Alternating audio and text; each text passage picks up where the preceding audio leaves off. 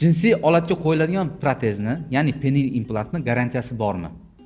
U necha yil xizmat ko'rsatadi? Qachon penil implant qo'ydiraman? Hozir menda jinsiy zaiflikda og'ir turi bo'lmasa ham qo'ysam bo'ladimi degan savollar juda ham keng tarmoqda kelib tushmoqda. Sizga, ya'ni jinsiy olatingizga qachon penil implant qo'yiladi? Qachonki jinsiy zaiflikning eng og'ir darajasi bo'lsa, turli xil dori vositalar foyda qilmasa, sizni organizmingizda hayotingiz tomonidan ko'rsatilgan ziyonlar bo'lsa, ya'ni avtoavariyaga uchragan bo'lsangiz, qandli diabet bo'lgan bo'lsangiz yoki insult bo'lgan bo'lsangiz, ya'ni bir tomoni ishlamagan holatlarda ham jinsiy olat turmasligi mumkin bo'ladi. Endi o'z-o'zidan kelib chiqadi. Hozirgi kunda bizni 21-asrda hamma narsaga garantiya berilyapti, ya'ni kafolat. Bu nima uchun beriladi kafolat? Buni mexanizmi uchun. Oddiy uyali aloqa, telefon oldingiz, ushbu uyali aloqaga yoki telefonga 1 yil garantiya bor deyiladi. Endi protezga ham shu kabi garantiyalar bor. Uni faqatgina mexanizmiga. Ertaga siz uni to'g'ri mexanizmda ishlatmasangiz yoki qandaydir qo'ydirgandan keyin travmalar olsangiz, ya'ni ba'zi holatda urushib ketish natijasida pichoqvozliklar oqibatida u kesilib ketsa, misol bo'lishi mumkin bo'lgan holat yoki avtoavariyaga uchradingiz, avtoavariyaga uchraganingizda 3 komponentli protez qo'ydirdingiz. Uni knopkasi sinadigan bo'lsa, bu siz tomonidan yetkazilgan travmani hisobiga bu garantiyasidan ishdan chiqadi. Endi boshida qo'ydik, mexanizmni qo'ydik. Mexanizmi ishlamasa, 7 yil davomida siz jinsiy aloqa qilishda qiynalsangiz, o'zi bu buzilgandan keyin 3 oy ichida aniq bo'ladi bu narsa. Buzilmas deb. Endi 3 komponentli buzilsa deyapman. 1 komponentlichi? Mexanizmi qanday? 1 komponentli penil implantning mexanizmi juda ham oddiy va sodda.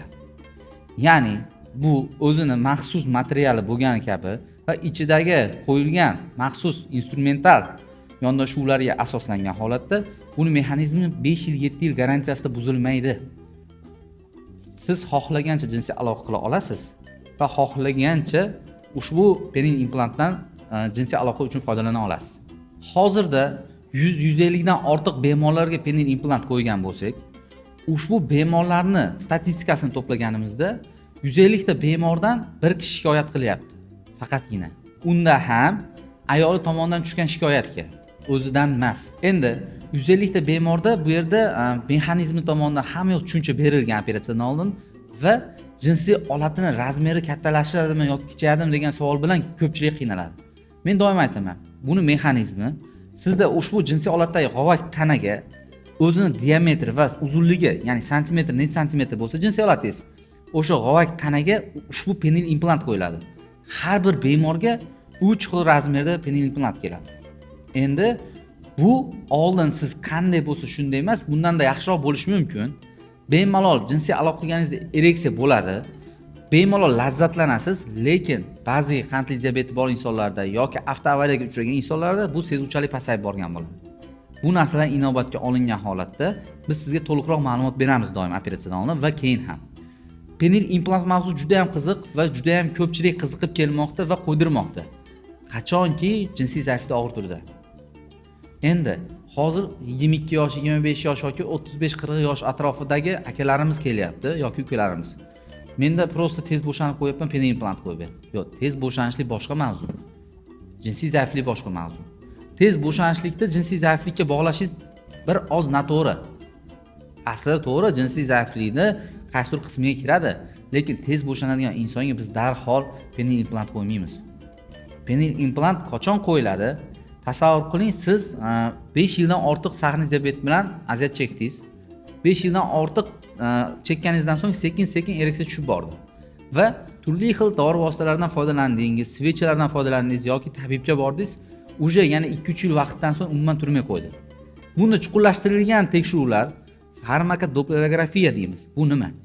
Jinsiy olatda sun'iy ereksiya chaqirish ukol qilib, ya'ni o'z maxsus joyiga ukol qilinadi va sun'iy ereksiya chaqiriladi. Sun'iy ereksiya chaqirilganda bu yerda sizda ereksiya bo'lishi qanaqa holatda va necha minutda yotib qolyapti degan savollarga javob olamiz. Va qon bosimi qanday o'tyapti, qon qanday qaytyapti, ya'ni arteriya va venus qon tomiridagi muammolar aniqlanadi. Agar sizda shu yerda muammolar, g'ovak tanada fibroz deymiz, ya'ni chandiqlanish holati, arteriya yoki venus qon tomirida sasusiy patologiyasi bor insonlar bo'lsa, bu yerda sizdagi jinsiy zaiflik haqiqiy og'ir darajasi deb baholanadi. Va shunda ham lecheniyalarni qilib ko'rganimizda foyda bermasa, keyin penial implant qo'yamiz. Shuncha vaqtdan beri YouTube sahifamizga manfaatli videolar joylab boryapmiz. Asosiy maqsadimiz insonlarda, jamiyatning ichida urologik muammosi bor insonlarga yordam berish. Ya'ni jinsiy olatda muammo bormi? Qiyshiqlik yoki jinsiy olat turmayaptimi? Yoki farzandsizlikdan qiynalanyapsizmi? Spermogramma tahlillarida sizda urug' ko'rsatkichlari nol ko'rsatyaptimi? Farzandingizni muayiklari o'z yorug'i xaltasida emasmi? Unda quyidagi nomerlar orqali bizga murojaat qiling. Biz sizga sifatli ma'lumot va sifatli yechimni qilishga harakat qilamiz. Penial implant qo'ydik. 3 oy davomida aytganimdek, o'zi sinamasida aloqa qildingiz yoki qila olmadingiz. Agarda sizda shu 3 oy davomida yoki qandaydir mexanizm 1 yil davomida ishlamay qolsa, 3 komponentli protezda firma tomonidan xarajatlar qoplab beriladi. Ya'ni protez yangi keladi sizga. Ushbu protezda oldingi videolarimda aytganim o'zining pasporti bo'ladi maxsus. U yerda sizning ID kodingiz bittasi o'zingizga beriladi, bittasi menda qoladi, bittasi firmada qoladi. Ya'ni ushbu ID kodni solishtiradi va protezni qaytadan sizga yuboradi. Bu yerda men tomonidan, ya'ni shifokor yoki komandam tomonidan ushbu protez sizga bepul qo'yib beriladi. Biz xizmatimizga olmaymiz. Faqatgina xarajat nima bo'lishi mumkin? Qaytadan analizlar topshirishingiz, qaytadan bu yerda narkoz olishingiz va quyidagi rasxodnik deymiz, chiqimlarga, ehtiyojlarga to'lov qilasiz. Yuqorida aytib o'tgan tekshiruvlarimga siz qo'shimcha mablag' to'laysiz, faqat bu mablag' sizning penial implant qo'yilgan mablag'ingizdan ancha arzon bo'ladi. Ya'ni 4 barobar, 5 barobar arzon bo'lishi mumkin. Bu holatdan kelib chiqib baholanadi. Aytmoqchiman, endi bu ishdan chiqsa, qachon yangilab berishini tushundingiz. Bir komponentli protez. Bir komponentli protezda mexanizm buzilishi juda ham qiyin bo'ladi. Chunki bu narsa mexanizmi qo'lda boshqarilgan kabi, buning ichidagi mexanizmiga ham 5 yil, 7 yil garantiya beradi. U qachonki mexanizm biz qo'yishdan oldin ishlatib ko'ramiz mexanizmda, uni ham buni ham. Ya'ni 3 komponentli ham ishlatib ko'ramiz qo'yishdan oldin. Sterilniy zonada operatsiya vaqtida ishlatamiz. To'g'ri tushunmang yana.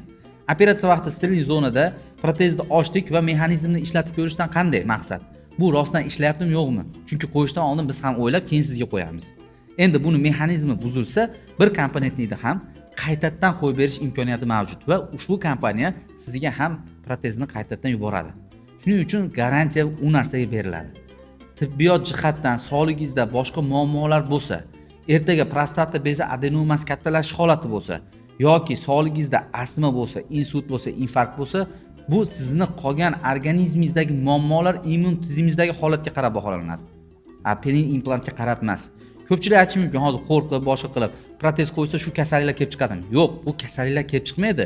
Lekin sizning oilaviy muhitingiz o'zingizga berayotgan e'tiboringiz tufayli kelib chiqayotgan holatlarni aytyapman men. Ya'ni eskidan sizda kardiologik muammo bo'lgan, ya'ni taxikardiya, bradikardiya holatlari bo'lgan. Bu yerda biz anesteziologlar sizga zo'r ko'rsatma qilib, lecheniya qilib, kardiologlarimiz qildi va penial implant qo'ydik. Lekin oldindan siz ushbu kasalligingiz bor. Bu bunga ta'sir qilmaydi. To'g'ri tushuning. Chunki penial implant bu faqat jinsiy olatingizga qo'yiladigan mexanizm. Yuragingizga qo'yilmaydi u, boshqa joyingizga qo'yilmaydi. Faqatgina asbobga qo'yiladi. Yuqorida sanab o'tgandek, sizda jinsiy zaiflikning eng og'ir turi bo'lsa, tez bo'shanib qo'ysangiz emas, do'stim. 5 ga 1 o'ynayapsiz, tez bo'shanib qo'ysangiz emas. Qachonki sizga ko'rsatma bo'ladi, biz chuqurlashtirilgan tekshiruvlarni diagnostika qilamiz. Qilganimizda ushbu jinsiy zaiflikning og'ir turi aniqlansa qo'yamiz. Bo'lmasa, buni dori-darmon vositalari orqali sizga davo chorasini ko'rib beramiz. Endi davo bo'lmasa, keyingina penial implant qo'yamiz. Shuning uchun aytaman, sizda bu narsada muammo bormi? 22-25 yoshmisiz? Ya'ni jinsiy olatda, venada yoki arteriya qon tomirida muammo bo'lyaptimi? Yoki jinsiy olatda eskidan travma olgan bo'lsangiz, ya'ni g'ovak tanada yirtilishlar bo'lgan bo'lsa, yoki sunnatulloh bo'lib tug'ilganingizda jinsiy olat qiyshayib qolgan bo'lsa, buni to'g'rilash holatda ham penial implantlar qo'yilishi mumkin.